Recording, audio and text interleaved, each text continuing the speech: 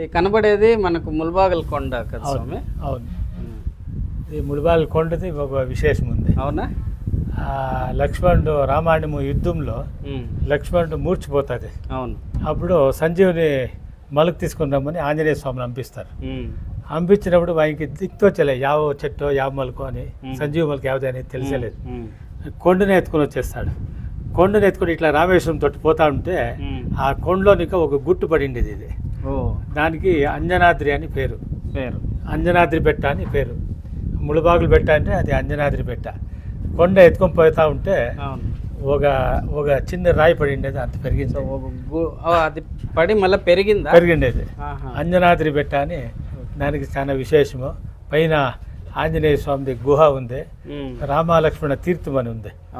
ఎట్లా ఎండాకాలంలో కూడా నీళ్లు ఖాళీ అయ్యలేదు. ఆ కాలంలో ఇంట్లో ఏమన్నా ఈ ప్లేగు వాంతి కాలరా ఇట్లా కాయలు వస్తూ ఉంటే కొండపైన రామతీర్థం తీసుకొని రాండి అని చెప్తా ఉంటారు ఇంట్లో పెద్దోళ్ళు. ఆడ రామతీర్థం తీసుకొని వచ్చి ఇంట్లో వీళ్ళకి తాకిపించేలోగా 3 దినాల్లోగా కాయలు అగిలి అంతా వాసి అవుతూ ఉండే. చాలా విశేషము.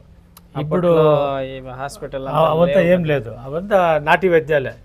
ఇంట్లో పెద్దోళ్ళు ఏమన్నా రొంచ ఇదైతే దేవుణ్ణి వేడుకునేది, శక్తి దేవతలకు పూజ చేసేది, ఇట్లా పూజలు చేస్తూ ఉంటారు.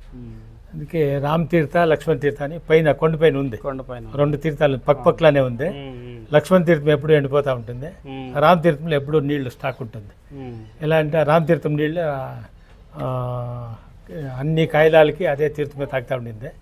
ఇప్పుడు కాలక్రమేణంగా అంతా ఇంగ్లీష్ డాక్టర్లు వచ్చేసినారు. ఇప్పుడు ఆ తీర్థము దాన్ని ఎవరు ముట్టేలే. అది ఎవరు వాడుతూ ఉంటే బాగుంటుంది, ఎవరు వాడకపోతే అంత చాలా పాచి కట్టి కొంత ఇదయింది. సో హనుమంతులు వారు తీసుకుపోయేటప్పుడు ఇక్కడ పడి పెరిగిండేది, ఒక గుట్టు పడింది, పడి పెరిగింది. అందుకే అంజనాద్రి బెట్ట అని పేరు. అంజనాద్రి అంటే ఆంజనేయ స్వామి తల్లి పేరు. అవును, తల్లి పేరు అంజనాద్రి. ఎత్తుకొని పోయేటప్పుడు ఒక గుట్టు పడిన దానికి అంజనాద్రి అని పేరు పెట్టింటారు. అట్లాగే మనకు అర్ధగిరిలో కూడా అదే విధంగా అక్కడ సేమ్ ఆవిడ ఎంత పెద్ద కొండని ఎత్తుకోబోయి ఉంటారు స్వాములు. ఆంజనేయ స్వామి తక్కువ, ఆంజనేయ స్వామి ఎంత శక్తి పరాక్రమవంతుడు. సో ఇప్పుడు ఈ మనము లక్ష్మీ నరసింహస్వామి దేవాలయం లోపలికి వచ్చాము కదా స్వామి, ఈ యొక్క స్థల పురాణం ఇది హిరణ్యకశిపుని సంహారం చేసి నరసింహస్వామి అహోబిలంలో హిరణ్యకశిపుని సంహారం చేస్తాడు. సంహారం చేసి కదిరి ఆంధ్ర అనంతపురం జిల్లా కదిరి తెలుసు కదా, ఆ కదిరిలో 3 సెకండ్లు కూర్చొని ఆ దానికి ఈత వచ్చి స్వామి 3 సెకండ్లు కూర్చొని ఈ దాని ఇంకా తుమ్కూరు తావు దేవరాని దుర్గం అని కొండ ఉంది, దేవరాని దుర్గం అని ఆడ స్వామి యోగాసనంలో కూర్చొని వైకుంఠానికి ప్రయాణం చేసిండేది అని ఒక ప్రతీతి, స్థల పురాణము. ఆ కాలంలో అగస్త్య మహర్షులు సంచారం వస్తారు, ఋషులు సంచారం వచ్చినప్పుడు ఈ జాగా చూసి ఈ జాగాలో స్వామి నరసింహస్వామి కూర్చో ఉండాలి అని చెప్పి స్వామిని ప్రతిష్టాపన చేస్తారు. చేసినప్పుడు ఈ గుడికి వచ్చే భక్తుల పైనంత నరసింహస్వామి ఆవేశం చూపిస్తూ ఉంటారు. వచ్చిన భక్తుల పైనంతా వాళ్ళ పైన ఆవాహన అవుతూ ఉండేది. అట్లయితా ఉన్నప్పుడు ఈ గ్రామస్తులందరూ అగస్త్య ఋషుల్ని ప్రార్థన చేసుకుంటారు. ఇట్లంతా గుడికి వచ్చినంత స్వామి వస్తే జనాలు దిగులు పడతారు, పూజ నడిచేలేదు అని చెప్పినప్పుడు అగస్త్య మహర్షులు తన మంత్రశక్తితో ఒక శాలిగ్రామ్ తీసి దేవుడి నోట్లో పెడతారు. అది నోట్లో పెట్టినప్పుడు స్వామి శాంతంగా ఉంటుంది.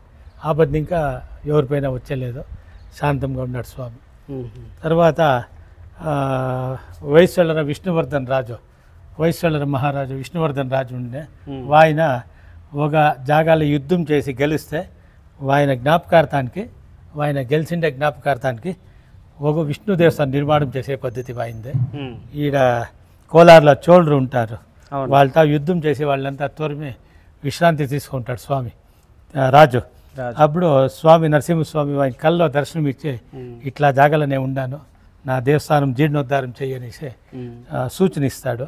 మరుసనాడు రాజు స్థలం ఎదుర్కొని వచ్చినప్పుడు ఇదే స్వామి రాత్రి కల్లో వచ్చిందని చెప్పి దేవస్థానం అంతా జీర్ణోద్ధారం చేసి 24 ఎకరాల జమీను దేవస్థానానికి దానం చేసి శాశ్వతంగా పూజ ఏర్పాటు చేసి ముందుకు ప్రయాణం అవుతాడు.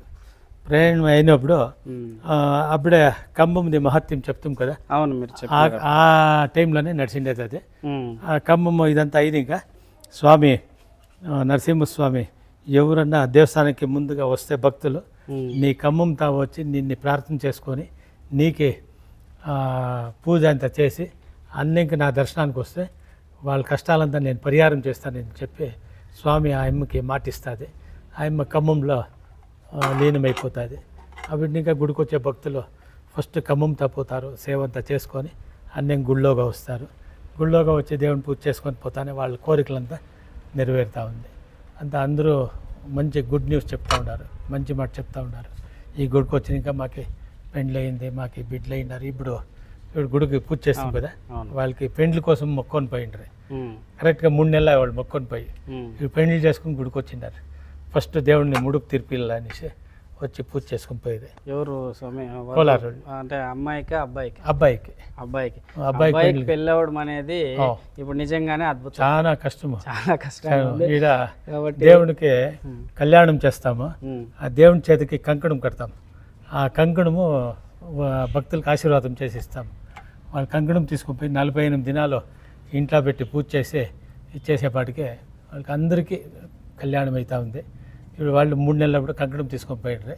ఇప్పుడు పెళ్లి చేసుకొని పెళ్లి కూతురు పిలుచుకొని వచ్చి ఇచ్చేసుకొని పోయినారు. భార్యాభర్తలు ఇద్దరు వచ్చి, భార్యాభర్తలు ఇద్దరు వాళ్ళ ఇంటి వాళ్ళందరూ వచ్చి చేసుకొని పోయినారు. వాళ్ళకి ఒక సంతోషము. చాలా మంచి విషయం ఇది. ఇప్పుడు చాలా మంది అబ్బాయిలు అమ్మాయిలు దొరక్క చాలా ఇబ్బందులు పడుతున్నారు. అలాంటి మగబిడ్డలు అడిగేవాళ్ళే లేదు. ఇప్పుడు వాళ్ళు నమ్మకంగా స్వామి వారిని ఇక్కడ వేడుకుంటే ఖచ్చితంగా జరుగుతుంది అనేది మీ మాటల ద్వారా అర్థమవుతుంది. సో ఈ వీడియో చూసిన మా ప్రేక్షకులు కూడా తప్పకుండా ఖచ్చితంగా చాలా మంది ఉన్నారు, అబ్బాయి కానీ అమ్మాయి కానీ పెండ్లి కావాలని వస్తే దేవునికి కళ్యాణం వేయండి కంకణం ఇస్తాను. కరెక్ట్గా 48 దినాలు భక్తిగా పూజ చేస్తే 3 నెలల్లోగా పెండ్లి అవుతుందని ఒక నమ్మకం. అదే మాదిరి స్వామి ఏర్పాటు చేస్తూ ఉన్నాడు. అందరికీ చాలా సంతోషమైంది. చాలా మంచిది, చాలా విశేషం. సో ఇక్కడ ఇప్పుడు 24 ఎకరాలు ఇచ్చా దేవాలయం కదా, అది ఉందా స్వామి? అంత జమీన్ ఉందే మా పేటలే, అంతా రైతులు వాళ్ళు సొంతం చేసుకుని అయినారు. మేము వచ్చేవాటికే కానీ దేవుడు మా చేతికి సిక్కిండాడు, ఇంత మాత్రం చేసిండాడు. పుణ్యం మీకు దొరికింది, పాపం వాళ్ళు ఎత్తుకుంటారు. అంతే అంతే అంతే. సో ఇక్కడ తేర్లు ఉన్నాయి స్వామి. ఇది మంగళవారము ప్రాకారోత్సవం చేస్తాం. దీనిపైన ఒక వారము శ్రీదేవి భూదేవి సమేత వెంకటరమణ స్వామిని కోసం పెడతాము, ఇంకొక వారము నరసింహస్వామి కోసం పెడతాము. ప్రతి మంగళవారం ప్రాకారోత్సవం అవుతుంది. ఇదే అది బ్రహ్మరథం అనేసి కామన్న పౌర్ణమి నాడు దాంట్లో వెంకటరమణ స్వామి నరసింహస్వామి ఇద్దరిని కోసం పెట్టి బ్రహ్మరథం చేస్తాము. చాలా విశేషం అది. భూలోకంలో 2 దేవుళ్ళని ఆ గుళ్ళోనే పెట్టాలి. అవును, యా బ్రహ్మరథంలో ఒక్కొక్క దేవుడినే పెడతారు. ఒక దేవుడినే. ఈడ విశేషం ఏమంటే నరసింహస్వామిని వెంకటరమణ స్వామిని ఇద్దరిని రథంలో కోసం పెడతారు ఒకేసారి ఏకకాలంలో పెట్టి వాళ్ళు మనంతా వీళ్ళే తీసిండారు బ్రహ్మరథం. ఇంకెక్కడ భూలోకంలో ఇంకెక్కడ దేవాలయంలో మాత్రం అది విశేషము. నరసింహస్వామి వెంకటరమణ స్వామి వచ్చి ఈడ సేవ చేసిండాడు అని ఒక ప్రతీతి. పద్మావతి దేవిని పెండ్లి చేసుకొని తిరుపతిలో పద్మావతి దేవిని పెండ్లి చేసుకొని స్వామి మా ఇంటి దేవుడు నరసింహస్వామి మా ఇంటి దేవుడు అని చెప్పి పద్మావతిని పిలుచుకొని ఈడ దర్శనం చేసుకొని పోయిండాది అని ఒక ప్రతీతి. చాలా విశేషం అది. స్వామి లీలలు ఆయన అవతారాన్ని ఆయన అవతారంని ఆయన ఇంటి దేవుడిగా పెట్టుకున్నాడు. మన అందరికీ వెంకటరమణ స్వామి ఇంటి దేవుడు. వెంకటరమణ స్వామికి ఇంటి దేవుడు నరసింహస్వామి. పద్మావతి దేవిని పెళ్లి చేసుకొని ఆడ చంద్రగిరిలో అగస్త్య మహర్షుల ఆశ్రమంలో 6 నెలలు ఉండిన జాగా అక్కడ తొండవాడ 6 నెలలు పద్మావతిని పెళ్లి చేసుకొని ఆత ఉన్నప్పుడు ఈ దాకా వచ్చి దర్శనం చేసుకొని పోయినాడు స్వామి అని ఒక ప్రతీతి. అక్కడ తొండవాడ దగ్గర స్వామివారి పాదం కూడా పెట్టిండారు. అగస్త్యముని ఆశ్రమంలోనే శివాలయం కూడా 6 నెలలు ఆడే స్వామి పద్మావతి ఇద్దరు ఆడే ఉండి కొండ ఎక్కకూడదు, పెండ్లైన కొత్తలో ఎక్కరాదు అని అనేసి అక్కడే ఉంటారు. 6 నెలలు ఆడే ఉండింది.